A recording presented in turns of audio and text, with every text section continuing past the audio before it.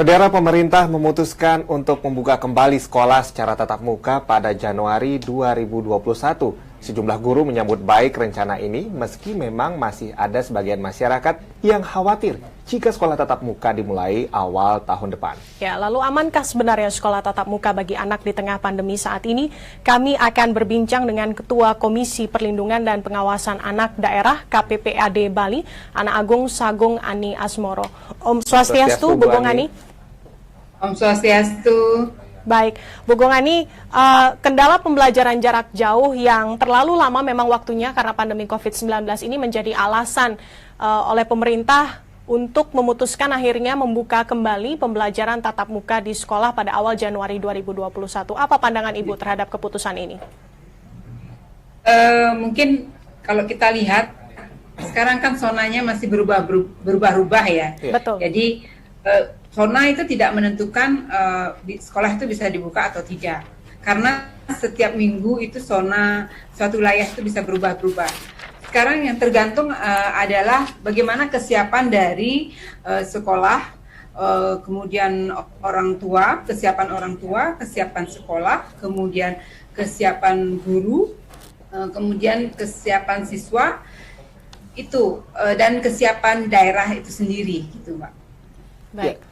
Terkait tadi Bu Ani jelaskan tentang kesiapan sekolah, kemudian kesiapan dari gurunya juga, anaknya begitu, juga, anak dan juga dari terutama nih pemerintah daerah kan. Betul.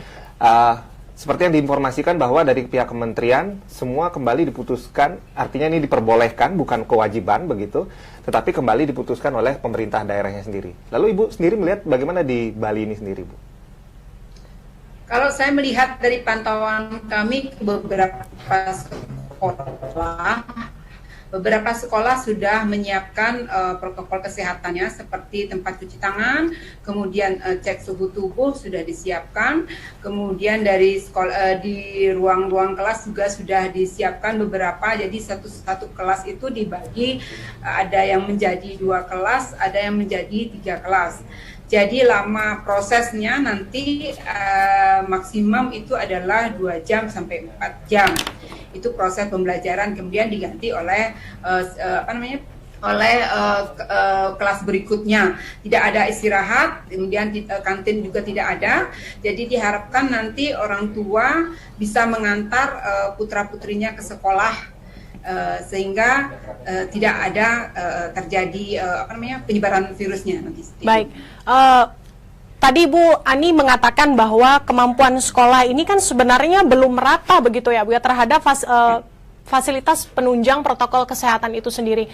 Artinya sebenarnya Bali ini bisa dikatakan tidak sih Bu sebenarnya belum sepenuhnya siap untuk melakukan pembelajaran tatap muka kalau dilihat dari fasilitas protokol kesehatannya.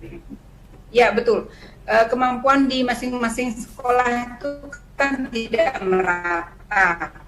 Jadi ada sekolah yang mungkin untuk di Denpasar mungkin mereka sudah siap, sebagian sudah siap, tapi di daerah-daerah terpencil mereka belum siap. Tentunya kami harapkan support dari pemerintah setempat untuk membantu anggaran untuk menyiapkan protokol kesehatan seperti alat cuci tangan, kemudian cek suhu tubuhnya, mereka dibantu sekolah-sekolah itu karena tidak semua sekolah mampu menyiapkan protokol kesehatan. Seperti itu, Mbak. Baik. Ya, Bu Ani, dari salah satu media menuliskan bahwa pihak kementerian sendiri sudah memberikan 6 syarat ya, bagi pemerintah daerah yang ingin membuka sekolah atau kegiatan belajar-mengajar di sekolah. Lalu bagaimana di Bali sendiri, Bu, dengan 6 syarat ini, langkah-langkahnya seperti apa sudah terpenuhinya?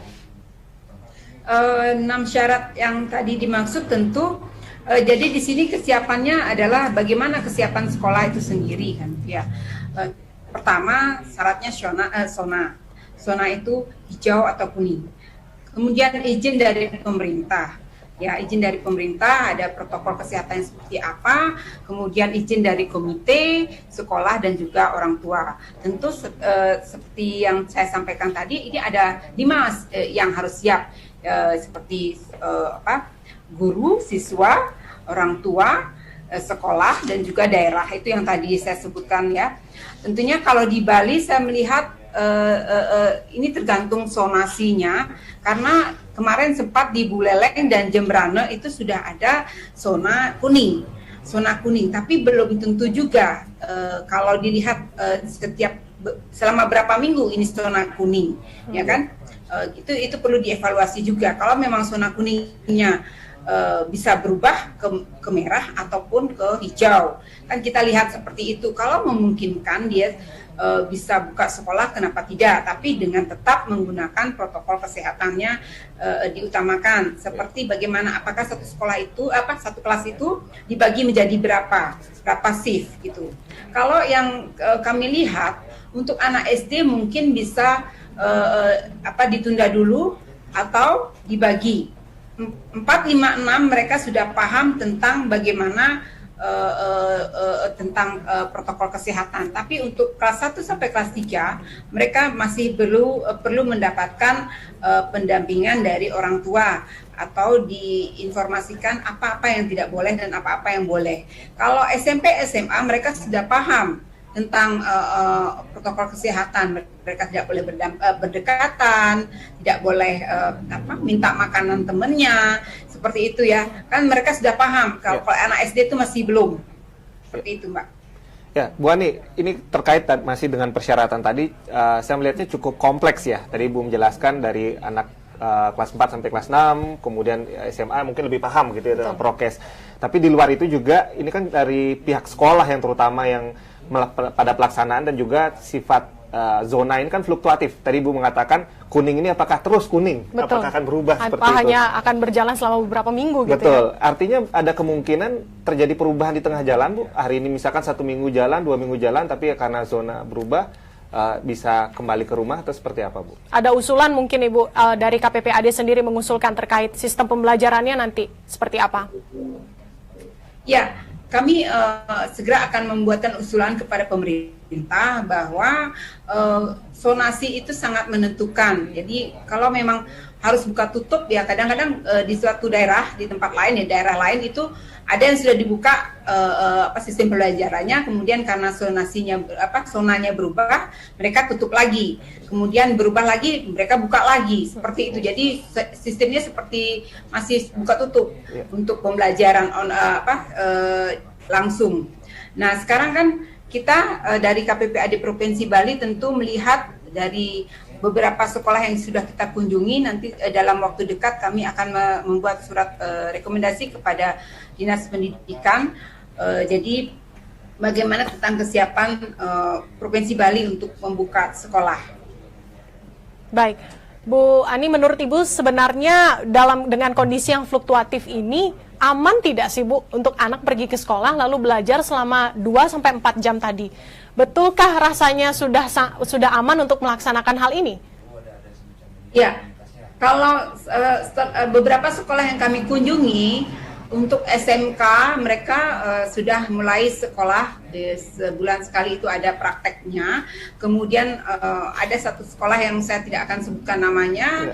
Dia sebenarnya Juni-Juli itu mereka sudah sekolahnya. Jadi satu kelas itu dibagi 3.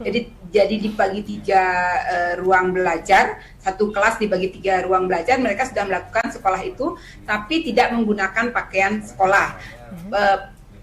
Sekolahnya hanya selama 2 jam, itu mereka sudah coba.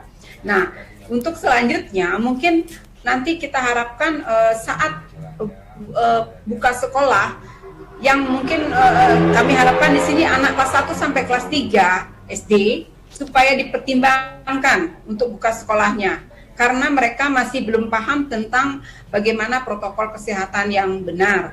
Tapi untuk kelas 4, 5, 6 sampai SD, SMA dan SMP mereka sudah mulai paham tentang bagaimana protokol kesehatan. Tentu ini juga saya harapkan pendampingan dari orang tua mengarahkan bagaimana anak-anaknya nanti kalau sudah mulai belajar secara langsung di sekolah seperti itu, Mbak.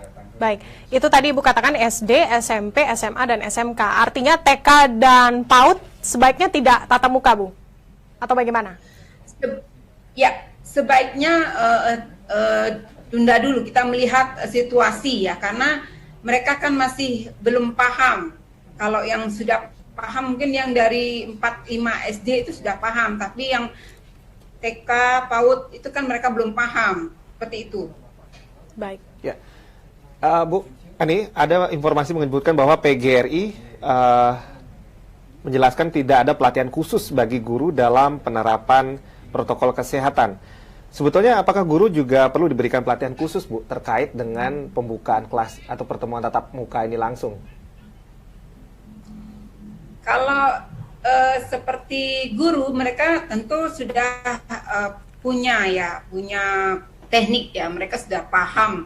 Walaupun mereka tidak ada pelatihan khusus, tapi mereka kan sudah paham bagaimana sebaiknya di saat memulai untuk pembelajaran langsung. Tentunya protokol kesehatan seperti itu ya, masker, ya face shield, seperti itu kan, sering mencuci tangan, tentunya tetap menjaga jarak. Saya rasa guru lebih paham untuk protokol kesehatan. Tapi kalau anak-anak, terutama yang PG, SD itu masih, saya pikir masih sampai yang kelas 3 SD itu masih belum bisa saya belum bisa kami belum berani kami izinkan untuk sekolah seperti itu. Baik. Tapi kira-kira dengan seperti itu apakah tidak perlu juga dilakukan simulasi semacam itu, Bu? Artinya untuk pelaksanaannya nanti. Bagaimana?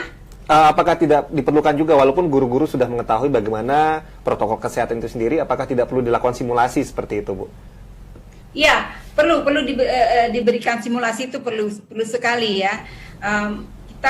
Kita harapkan nanti di sekolah-sekolah juga ada simulasi bagaimana saat sekolah dibuka. Tentu kita akan mengecek kembali kesiapan sekolah. Itu kan rencananya di semester depan ini sekolah akan dibuka. Betul. Tentu kami beserta teman-teman akan mengecek bagaimana kesiapan sekolah-sekolah dengan simulasi masing-masing sekolah untuk kesiapan mereka untuk saat buka sekolah nanti. Seperti itu. Baik. Terima kasih Bu Gongani sudah bergabung bersama kami dalam Bali Hari Ini TVRI Bali. Tentu kita harapkan sebelum pembelajaran tatap muka ini dimulai, semuanya sudah disiapkan secara matang, Bu. Baik, terima kasih Bu Gongani. Om Santi Om. TVRI Bali, media pemersatu bangsa.